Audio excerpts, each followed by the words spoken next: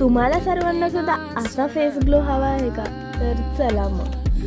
रात्री झोपल्या मला खूप कंटाळा आला होता. मग म्हटलं चला काहीतरी शूट करावं आणि मग माझ्या डोक्यात आलं की माझं स्किन केअर करायचं राहिलं होतं. तर मग म्हटलं ही रेमेडी तुमच्यासोबतही शेअर करावी.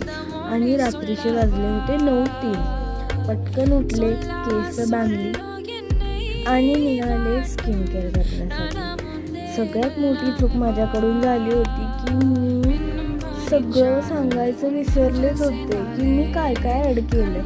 तरी पण ठीक आहे, मी सांगते. दही, मलई, दूध, हळद हे सगळं एकदम व्यवस्थित मिक्स करून घ्यायचं आहे आणि व्यवस्थित चेहऱ्यावरती अप्लाय करायचं आहे. एकदम व्यवस्थित अप्लाय करून घ्यायचं. सगळं हाताला वगैरे लागत होतं, थोडंसं चिपचिप वाटतं, पण